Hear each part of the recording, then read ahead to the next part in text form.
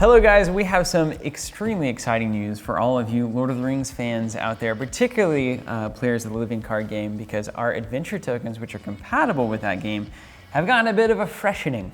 An upgrade? Bit of a refresh. Now, some details real quick about this video. First of all, Jonathan is lead designer here at Covenant, which is why he's here. He's not on camera a lot, so you don't get to see him. So hello, behind Jonathan. the scenes. Also, we're brothers. Out the tokens. We're brothers. We're not twins. We're not the same person. We're just brothers. We're just brothers. Simple phenomenon happens in nature all the time. But we're here to talk. We happen to be working together, which is quite a joy, family business in a sense. But the important point here is that some of these tokens have been changed from the original adventure tokens that were released quite a while ago to basically make everything better. We consistently get better at what we do. We consistently get better at recognizing what you guys want. We actually sometimes ask you what you want. We had a large survey that went out. We've heard people talk about these adventure tokens, and we thought, how can we make those problems go away? We watch all the videos. We read every review. We obsess about it. If they're bad reviews, we get really sad. We truly do. But that doesn't mean don't leave them, because that gives us a way to make things better. Helps us do what we need to do. First thing we did. All of the negative tokens have had their border changed. That's so right. This is typically the Mahogany tokens, and we'll start just by mentioning the damage tokens. These have changed to squares. No longer circles no on longer circles on circles. All right, so when we first got into this, it was you had the cherry for the good guy stuff, and you had the mahogany for the bad guy stuff. They were all circles, and it worked pretty well, but there needed to be some more differentiation between negative effects that are happening on the board and positive effects. So we went ahead and changed the border, clipped out, looks the corners, it really does fit with the theme that you need in this game, and could not be happier with this. We also made them a little bit smaller so they don't take up so much space on the board. I guess that kind of follows naturally. You could probably predict that would be the case. And they just look way sharper, way cleaner, and they differentiate themselves way better on the board. So that's one improvement that's made. The second, we've actually introduced to the damage tokens a wild damage. Oh my goodness, wild damage clawed because you by know a what, beast. Jonathan? You know what, Jonathan? Wolves don't use swords? Wolves don't use swords. Step one. Number one rule. Step Actually, one. when we first brainstormed this token set, we thought to ourselves, you know what? Rule number one, wolves don't use swords. So let's try to fix that. We got the wild damage in there. That's a nice claw mark that's showing, and you can pick those up in separate little bags. Those wild damage are going to light up the board. They make it so much more thematic whenever you have wild things, creatures, things that aren't armed. The heroes are not fighting against a lot of, well, not a lot of, but there are certainly weaponless. Yes.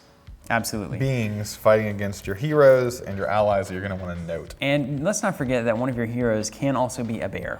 So if you're using said bear hero, flip it and reverse it. Go ahead and throw that wild damage on your opponent's stuff, on the game stuff. So we have added the wild damage there. We've also retooled the miscellaneous token, the treachery token, and it just has way more going on now. Way more pop, way more insanity.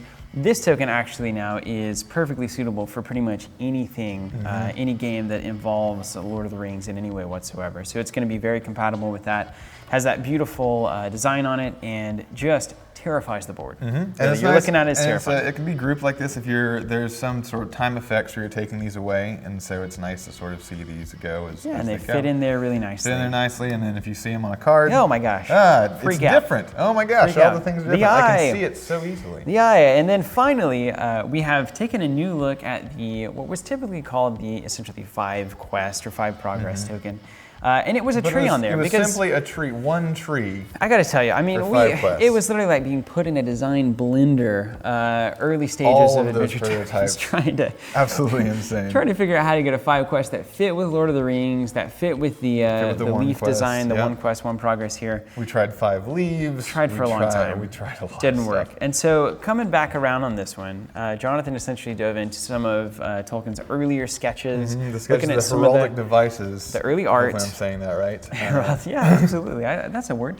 Totally. It actually is. It's very nice. And found some stuff that could very easily draw inspiration from, and so took that, put it through the blender there, and came out with this beautiful, truly beautiful 5 progress / 5 quest token. There's 5 points on the flower. There are 5 little flowers in there. The border matches symmetrical perfectly. now. It just fits so well. Yeah. So I can very easily now see that this has 7 quests/progress on it, as opposed to earlier you had the tree and it was like, what do you it could be do? really whatever you want it to be. We really designed this one to have a place in the game. You can feel so accomplished when you see these. They are like little marks, they're badges of honor. And also, this may be one of the, just a little thing that mostly I care about, but a tree, if you have it on a card and it's upside down, like a leaf can be upside down, no big deal, falling from the sky, that's cool. A tree really can't be upside down. It's rarely you see a tree upside down. So this, you can throw it on the token, and any way it lands, you don't have to worry about it. It's going to look nice from any angle, and that was actually really important to do. Super sharp, and throughout this entire process of production on wood specifically, we've consistently found ways to get better, working with manufacturing to make this way better. They're great, they're doing a great job with these, have found some solutions to make the lines crisper, to really draw your attention to these tokens on the board. And I think just across the board, we're trying to make things better. We've updated the designs. Some of the methods we use to produce these are even better. So if you've bought adventure tokens in the past, it might be worth checking out upgrading your sets here, upgrading to these new damage. If you've been on the fence about them, this is a great time to jump in.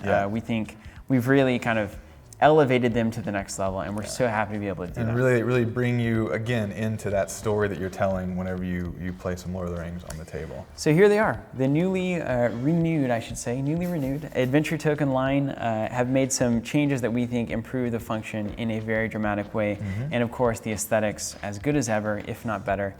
So thank you guys so much for giving us the opportunity truly to dive into this stuff. Yeah, we get allowing us to go back through and be able to take the time to really come back, look at it, hear the reviews, the feedback, and seeing how we can make it better and more matching to the way you guys play. That's right. Just make every game Lord of the Rings even better. That's right. That's all we want to do. So thank you guys so much for watching.